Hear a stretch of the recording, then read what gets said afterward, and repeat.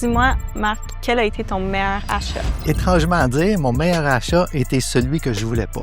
Fait que j'ai un syndic en faillite qui m'appelle, qui me dit « L'immeuble voisin du tien, j'avais déjà un 12 logements dans une petite municipalité de moins de 2000 habitants. Déjà un 12 logements, moins de 2000 habitants, je trouvais ça... Il y a un certain risque, là. Puis là, il m'offrait l'immeuble d'à côté. Fait que j'aurais 24 logements dans 2000 habitants, je trouvais ça encore plus risqué. Fait que j'en voulais pas. Entre autres, je venais d'acheter le 12 logements, fait que j'avais pas d'argent de disponible non plus. Fait que j'ai dit non. 2 semaines après, il me rappelle, il m'offre encore l'immeuble. J'y répète, ben non, je t'ai dit non, là, 2 semaines. Moi, je laisse tomber ça. Puis là, ça me travaille.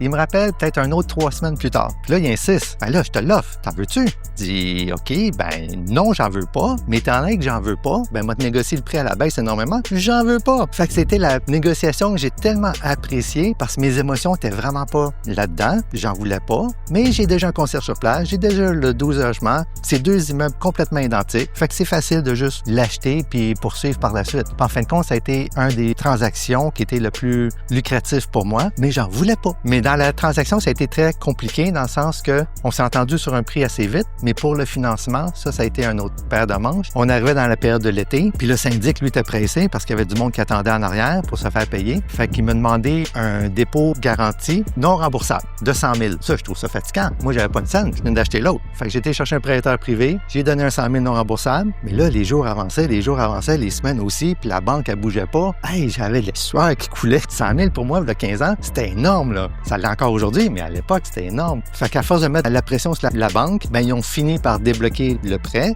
dans le sens que mon directeur de compte, lui, était parti en vacances. Son remplacement, lui, ramassait les dossiers de tout le monde, fait qu'il n'avait pas le temps de rien faire. Mais j'ai réussi à notarier comme quelques jours avant de perdre mon dépôt de 100 000. Mais j'ai fait une petite fortune avec ce bloc-là aussi, là, par la suite, là. Fait que c'était un super bel achat. Un achat que je voulais pas, mais ça a tellement bien été par la suite. Puis en même temps, en tant que courtier, le courtier, ses émotions sont pas là. C'est pas à lui, là, l'immeuble, là. Fait qu'il est tellement en meilleure position que l'investisseur pour négocier. C'est un très, très gros plus de prendre un courtier. Parce que les gens vont se planter à cause des émotions. Ils vont prendre des mauvaises décisions à cause des émotions.